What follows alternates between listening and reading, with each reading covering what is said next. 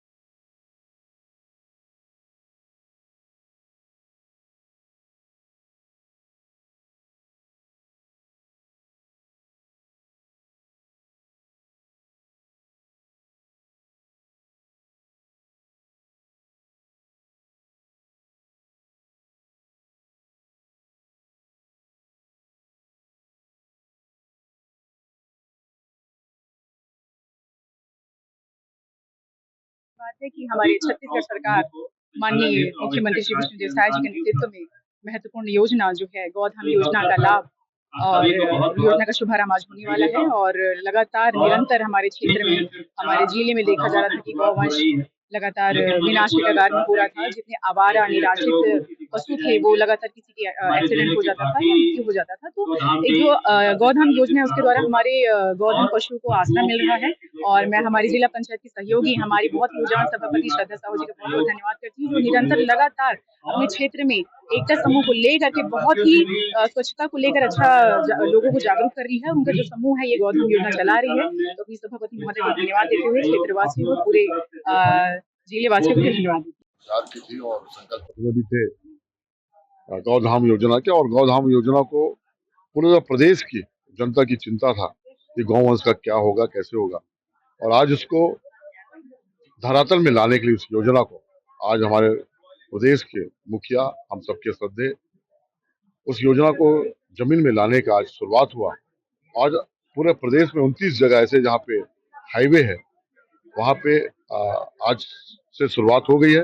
और इसकी पूरा देख रेख सरकार करेगी।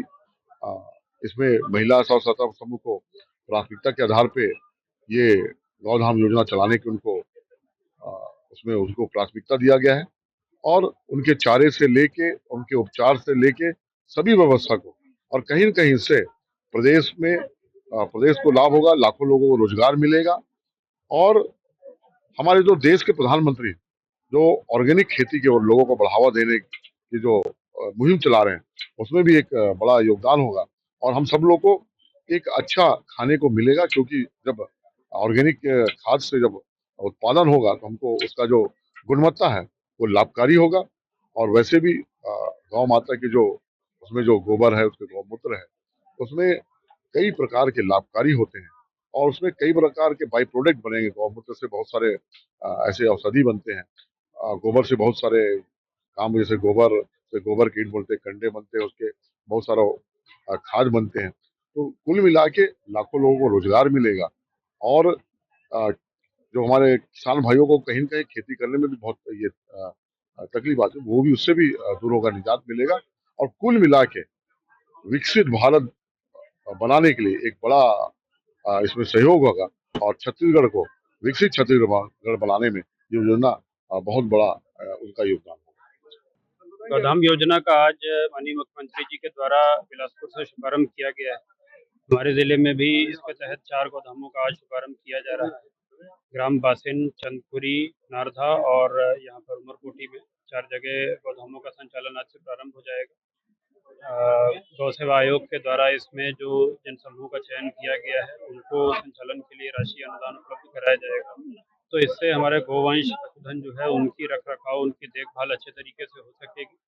और जो एक समस्या आती है कि सड़क पर मवेशी रहते हैं तो उससे दुर्घटनाएं होने की भी आशंका बनी रहती है, उसमें भी कमी आएगी। सर, अफीम के मामले में ग्रामीण विस्तार अधिकारी को निलंबित किया गया है, इसके बारे में आप उस जगह पर फसल प्रदर्शन किया गया था, परंतु फसल प्रदर्शन निर्धारित गाइडलाइन के अनुसार न किया जा करके उसमें भी कई प्रकार की लापरवाहियां बरती गई थी। ये इसकी जानकारी सामने आने पर उसका निलंबन किया गया। सर, जब इस समिति को दिया गया है यहाँ पर चलाने के, संचालित करने के, तो यहाँ पे मनरेगा के मजदूरों से काम करवाया जा रहा है। क्या यहाँ मनरेगा के मजदूरों से करवाना चाहिए या सिर्फ समिति के सदस्य ही इसमें काम कर सकते हैं? इसकी जानकारी नहीं है, जानकारी लेकर के ही कुछ कह पाऊंगा। जी, बात नंबर की बात है, गाँव है समस्या, राष्ट्रपति ने बोल दिया था, लेकिन गाँव की अवस्था बहुत दयनीय हो चुकी है। थोड़ा आवेदन भी दिया गया है, अभी तक कोई संज्ञान नहीं लिया, इलेक्शन में दिया है। आवेदन पर विचार करके कार्रवाई की जाएगी। बताएंगे, आज गौधान योजना का उद्घाटन था, आपको इनवाइट नहीं किया गया, जिसके लिए आप लोग विरोध प्रदर्शन भी किए। जी, गौधाम का आज उद्घाटन ग्राम उमरकोटी में कार्यक्रम था और स्थानीय जनप्रतिनिधि को, जनपद सदस्य और क्षेत्रीय जो गौधाम कार्यक्रम के उपलक्ष्य में आज उद्घाटन के समारोह रखे रही।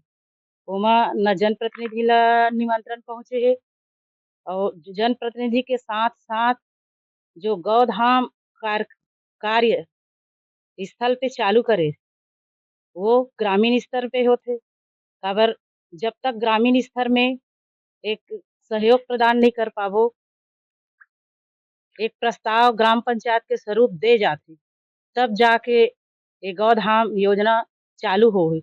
जेमा पूर्व में हमार मुख्यमंत्री भूपेश बघेल जी गौठान के स्वरूप काम शुरुआत करे गे रही से, ओला फिर से दोबारा नाम चेंज करके संचालित करे गे हे। शासन ला ये पूछना चाहत हूँ कि स्थानीय जनप्रतिनिधि के दायित्व का है, क्योंकि ग्राम उमरकोटी में ही स्वतः शुरुआत हो, तो लगातार ये कार्यक्रम शासन प्रशासन अगर करवात है तो जनप्रतिनिधि ला सम्मान बिल्कुल मिल नहीं पाते।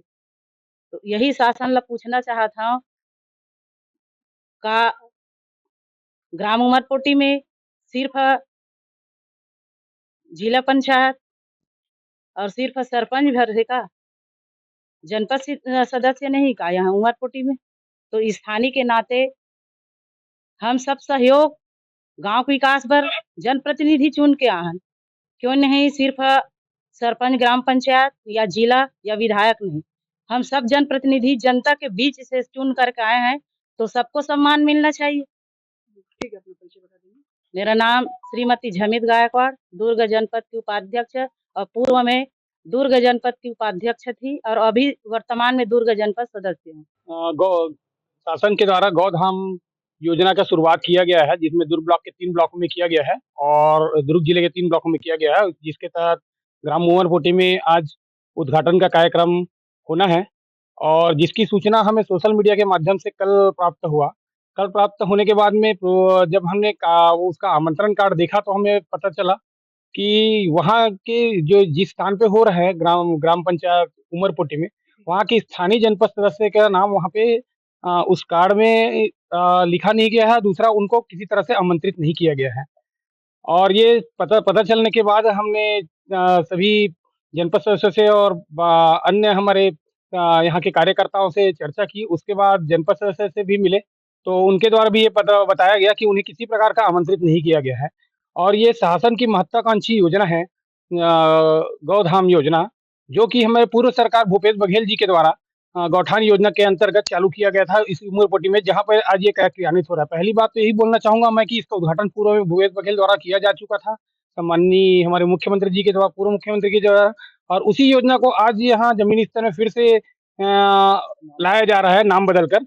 हम उसका विरोध नहीं करते हैं, लेकिन योजना के संचालन करने में स्थानीय जनप्रतिनिधियों का बहुत बड़ा योगदान होता है और किसी न किसी कारण से स्थानीय जनप्रतिनिधियों की उपेक्षा कर रही है सरकार और शासन। और मैं मानता हूं कि जब तक स्थानीय जनप्रतिनिधियों का आपसी तालमेल और समन्वय नहीं बनेगा तब तक योजनाएं जमीनी स्तर पर नहीं आ सकती। और पता नहीं मुझे क्यों समझ नहीं आता कि लगातार हर बार देखा जाता है कि जब भी जिला पंचायत स्तर का कुछ भी आयोजन होता है उसमें जनपद स्तर के या फिर छोटे स्तर के जनप्रतिनिधियों का हमेशा उपेक्षा किया जाता है और ये कि बिल्कुल गलत है, क्योंकि शासन की योजना क्रियान्वित करने के लिए सिर्फ शासन ही नहीं, शासन के ही जनप्रतिनिधि नहीं बल्कि विपक्ष के जनप्रतिनिधि का दायित्व तो होता है कि वो जमीनी स्तर पे काम उस योजना का क्रियान्वयन करे करके। कार्यक्रम स्थल पर आप लोग जो ने धरना प्रदर्शन किया, क्या कुछ चर्चा हुई? हमने वहाँ पे कलेक्टर को ज्ञापन देने के लिए एक पत्र बनाया था, लेकिन कलेक्टर साहब नहीं पहुँच पाएंगे ऐसा वहाँ पे उपस्थित जिला पंचायत सीओ बजरंग दुबे जी ने बताया और वहाँ पे CSP चंद्रा जी भी थे और उनके बीच हमारी मांग यही प्रमुख रूप से रही कि हर बार जनप्रतिनिधियों का इस तरह का उपेक्षा किया जाता है, विरोध किया जाता है, हटाया उनको दूर रखने का प्रयास किया जाता है। तो हमने यही अपनी मांग रखी कि आगामी समय में इस तरह का अगर फिर से दोबारा गलती किया गया तो हम इसके लिए उग्र आंदोलन करेंगे और बड़ा कुछ आंदोलन करेंगे ताकि शासन प्रशासन को आगामी समय के लिए चेतावनी के रूप में हमने बात कही। जी, अपना परिचय बता देंगे। जी, मैं राकेश हिरवानी, जनपद उपाध्यक्ष दुर्ग से।